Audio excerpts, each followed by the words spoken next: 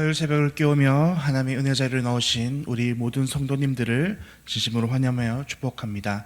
사랑과 은혜의 하나님 아버지,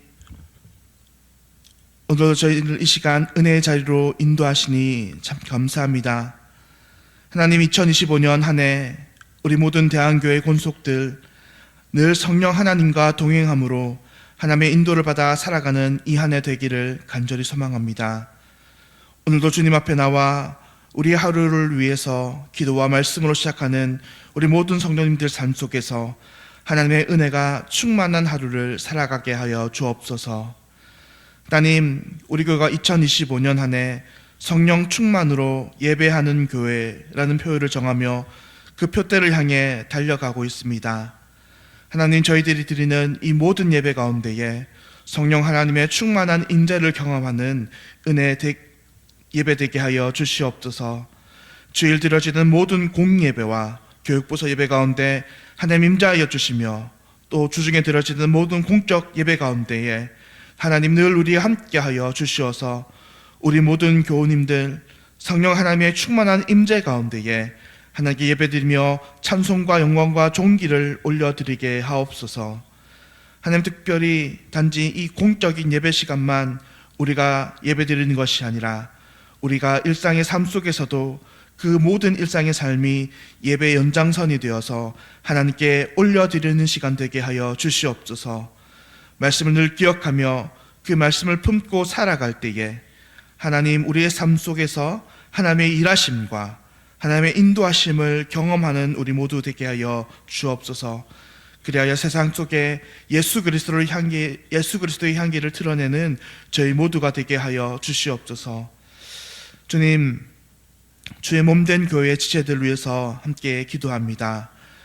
여러 가지 삶과 인생의 문제와 질고를 겪고 어려움 속에 있는 우리 모든 권속들 속히 돌아보아 주옵소서.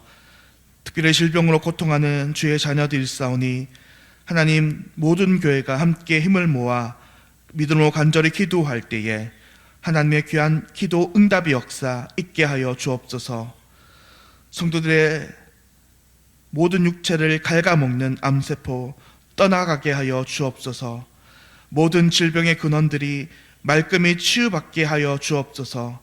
죄와 사망의 역사가 끊어지고 의와 생명의 역사가 우리 삶 속에서 열매 맺게 하여 주옵소서. 또 여러 가지 경제적 상황으로 인해서 힘들어하는 지체들이 있습니다.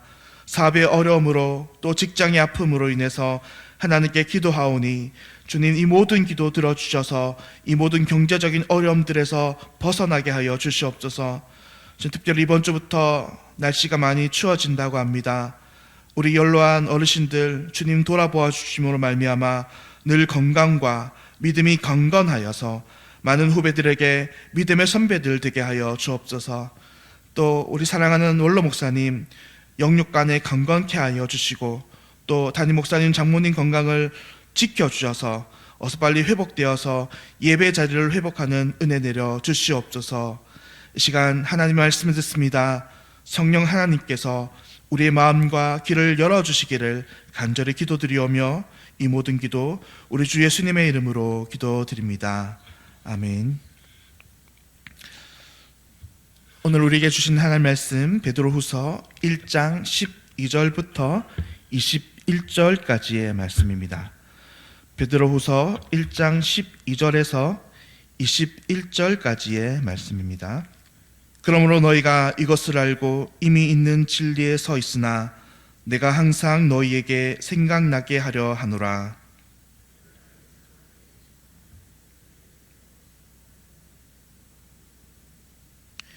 이는 우리 주 예수 그리스도께서 내게 지시한 것 같이 나도 나의 장막을 벗어날 것이 임박한 줄 알미라.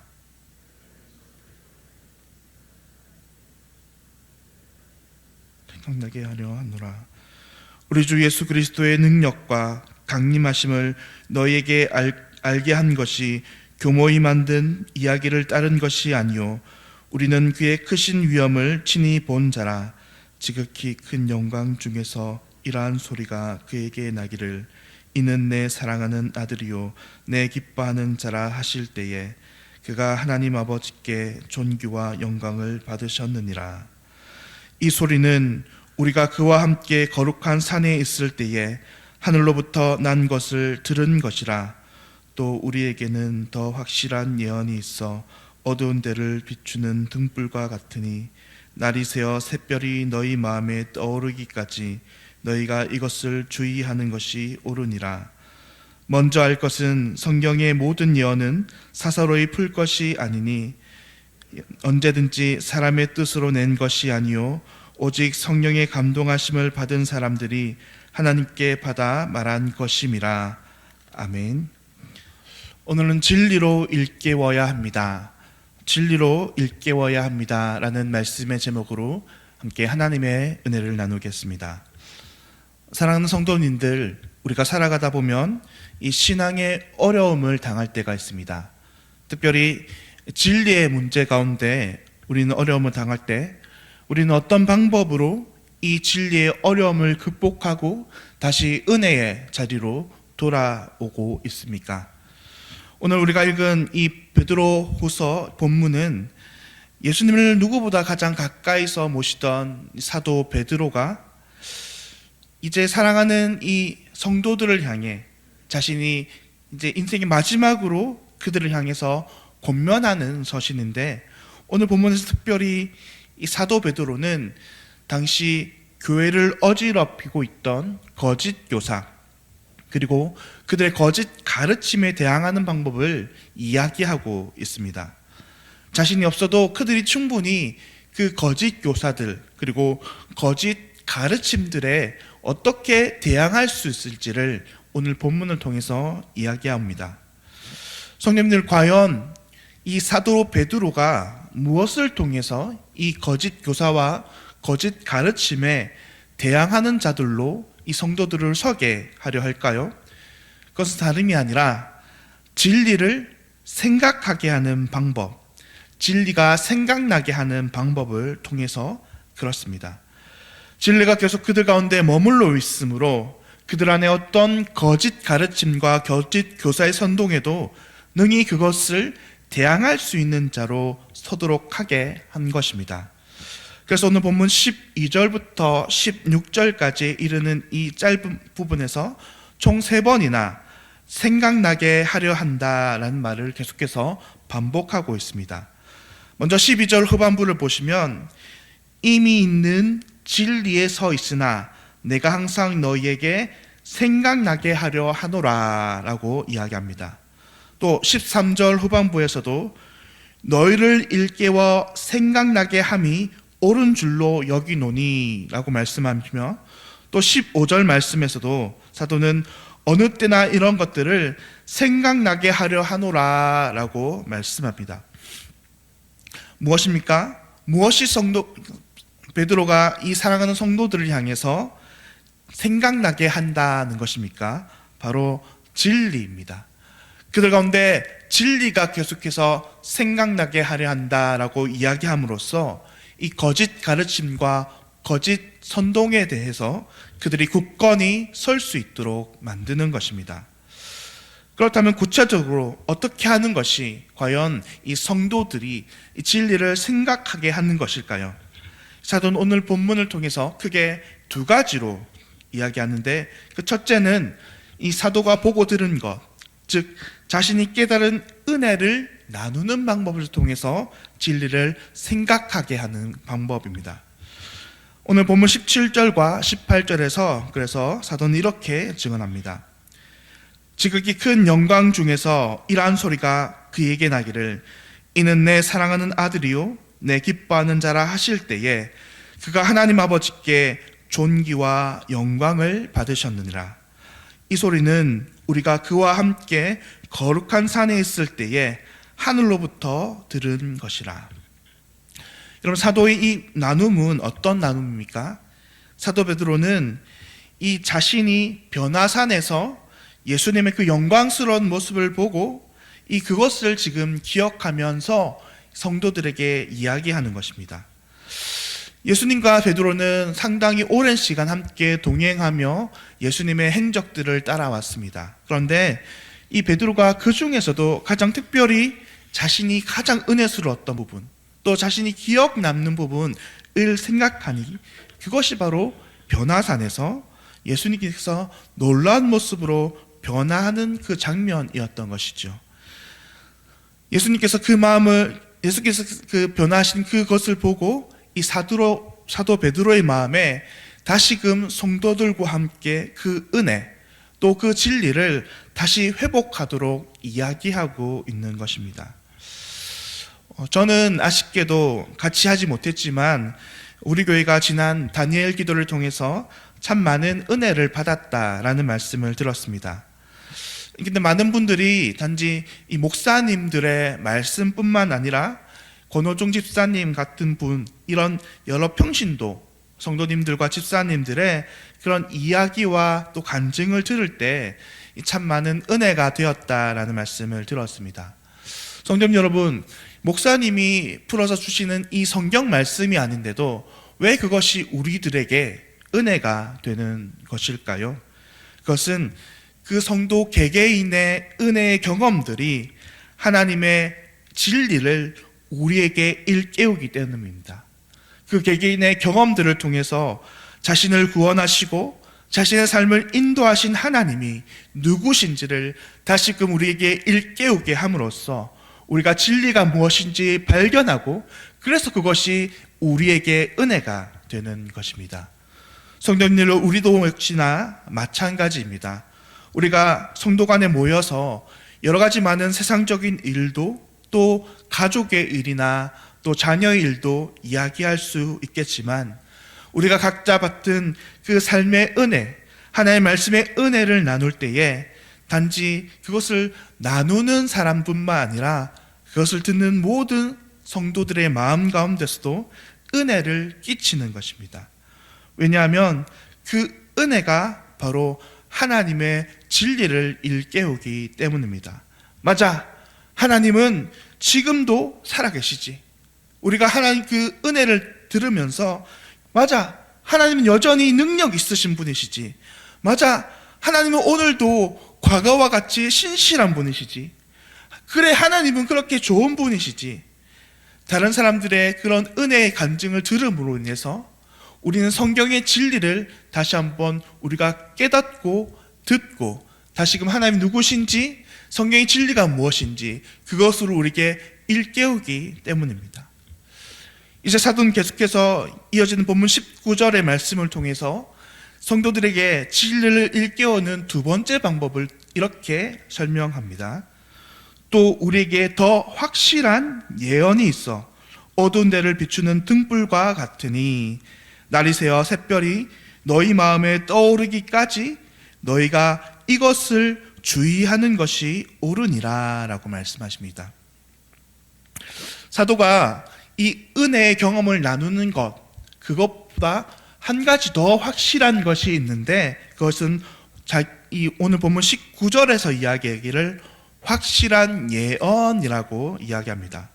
그 확실한 예언이 마치 어두운 곳을 밝히는 등불과 같이, 또 어두운 이 밤하늘을 말끔히 사라져버리게 하는 이 새벽의 샛별과 같이 이 확실한 예언이 거짓된 가르침 앞에, 거짓된 성도님 앞에 진리가 무엇인지 흐려지는 성도들에게 다시금 하나님의 진리가 무엇인지 붙들게 한다라고 말씀합니다.